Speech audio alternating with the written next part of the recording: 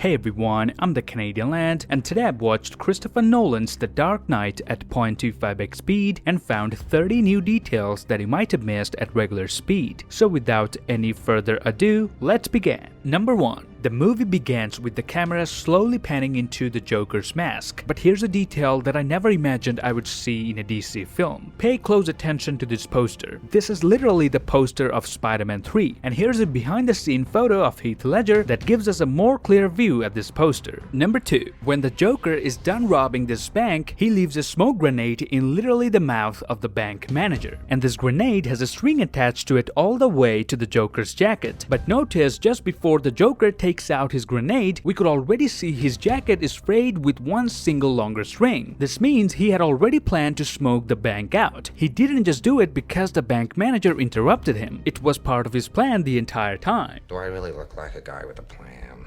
Number 3. During the scene when the mayor was giving a speech, everyone was trying to find the Joker because he said he will kill the mayor. And moments later, the Joker actually attempts to shoot the mayor. But notice, a minute before this shooting takes place, in this wide shot of the parade, the Joker and his accomplice can clearly be seen standing in the firing squad without anyone having to bat an eye. Number 4. When the Joker fires an RPG from a trailer, notice that both sides are open, and if it wasn't the case, everybody on board would have been injured by the back blast. Number 5. If you watch the Joker interrogation scene at 0.25x speed, you will briefly see the camera crew in the reflection of the mirrored windows.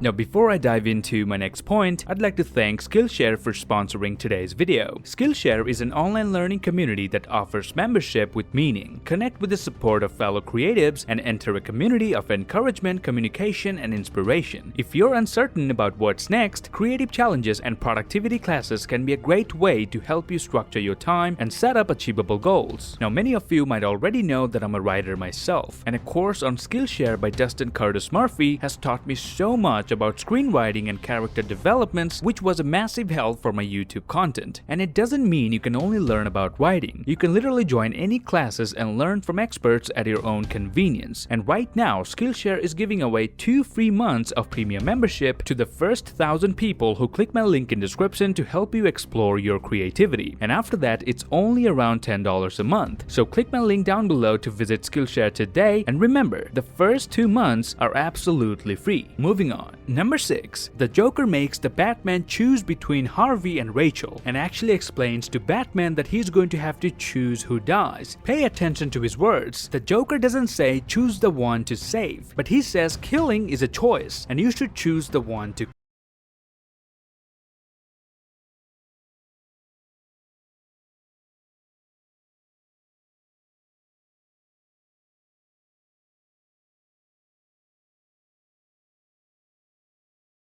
So by choosing Rachel, thinking he'll be saving her, Batman has actually chosen her to die. Number 7. The Joker asked Commissioner Gordon what's the time, to which the Commissioner simply replies, what difference does it make? Where is he?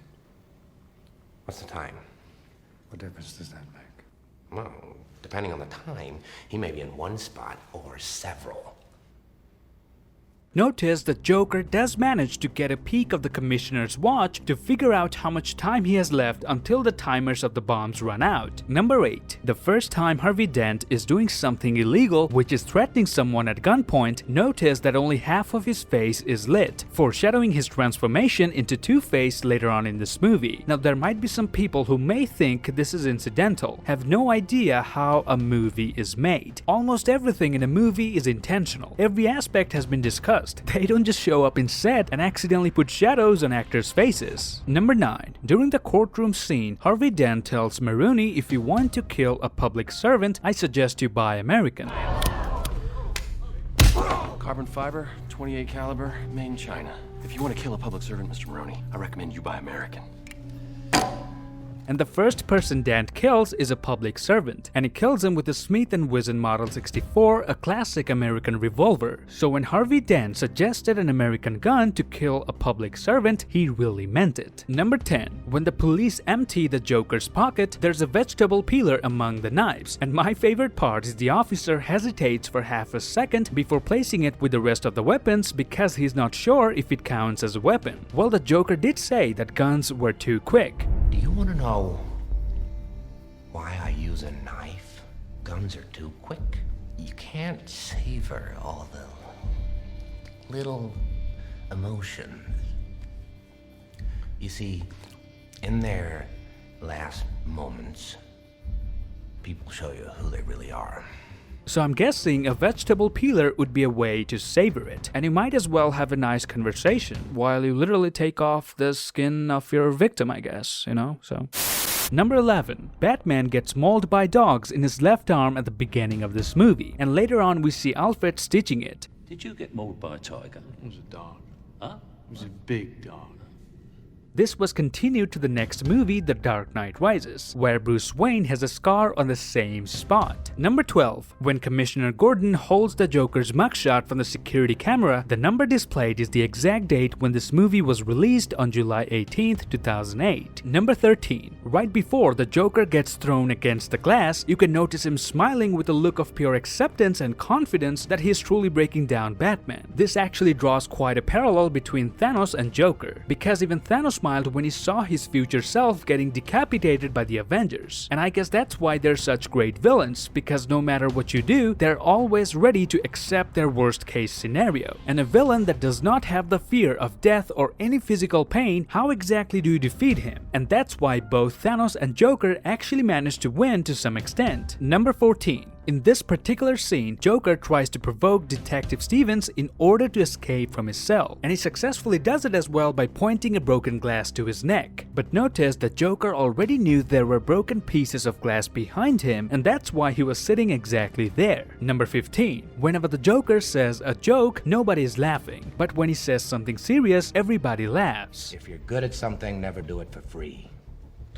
How much you want? Half. You're crazy. I'm not. And the new Joker movie starring Joaquin Phoenix also has some very similar scenes. When I was a little boy and told people I was going to be a comedian, everyone laughed at me. Well, no one's laughing now. Number 16. There's one very particular scene that this movie has common with its predecessor Batman Begins. In both movies, after a major character dies, Alfred offers Bruce something to eat, and then Bruce ignores him while crying, but then acknowledges him as he leaves. I thought I might prepare a little supper. Very well. Alfred, Yes, Master Bruce. it was my fault, Alfred. I made you leave the theater. No. If I hadn't gotten scared. Prepared a little breakfast. Very well then. Alfred. Yes, Master Wayne.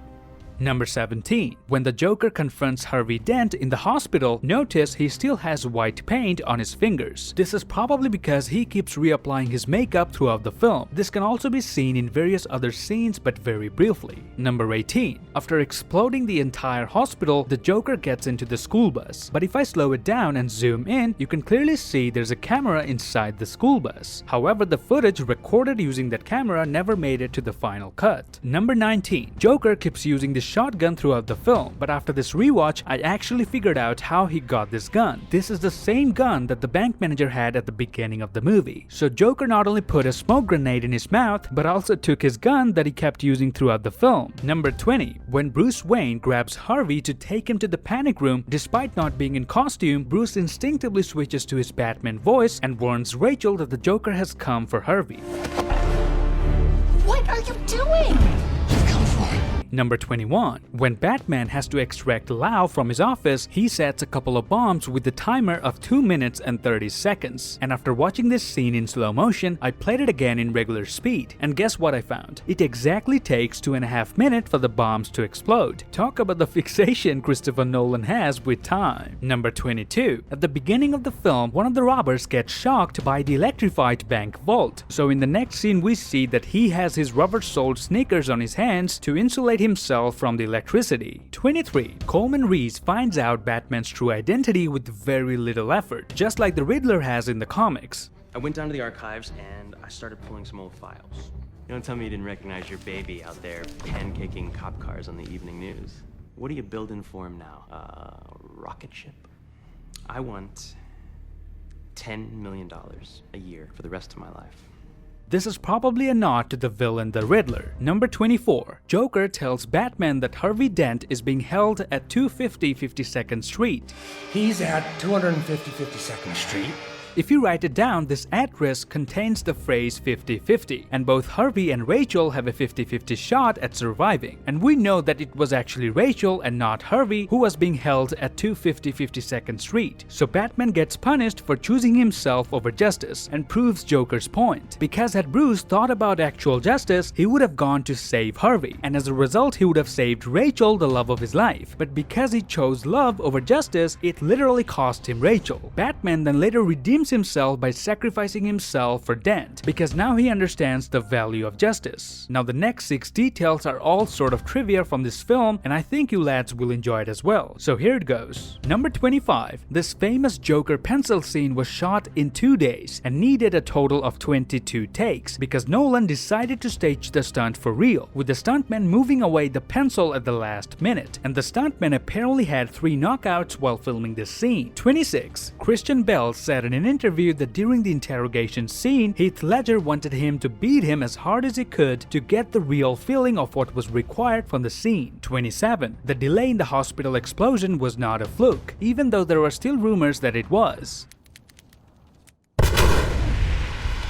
It was always part of the script, and Heath Ledger practiced the Joker's reaction very thoroughly before they did it for real. 28. Bruce Wayne drives a Lamborghini Murcielago in the scene where he saves Coleman Reese from an oncoming truck. Now the word Murcielago is Spanish for bat. 29. The scene with the tumbler versus the garbage truck was filmed with 1/3 scale miniatures. Number 30. Batman tells Lucius that the sonar device is null key encrypted. The database is null key encrypted.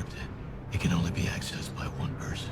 This was added as a joke since it actually means there is no encryption. And that's it. These are my findings from the rewatch of Dark Knight, and I hope I was able to give you at least a few new details through this video. And don't worry, I'm certainly not switching to DC, but I watched this movie in slow motion mostly because of Christopher Nolan, Christian Bale, and Heath Ledger, who in my perspective are one of the greatest in Hollywood. And to be really honest, it's the DC extended universe that I don't like, and there are many reasons behind it. But apart from that, the Dark Knight trilogy is still one of my favorites. Now if you like this video, then please give me a thumbs up and grab the subscribe button if you haven't already, and follow me on Instagram where I post updates about my videos. Till then, I'll see you lads in the next one. Let's put a smile on that face.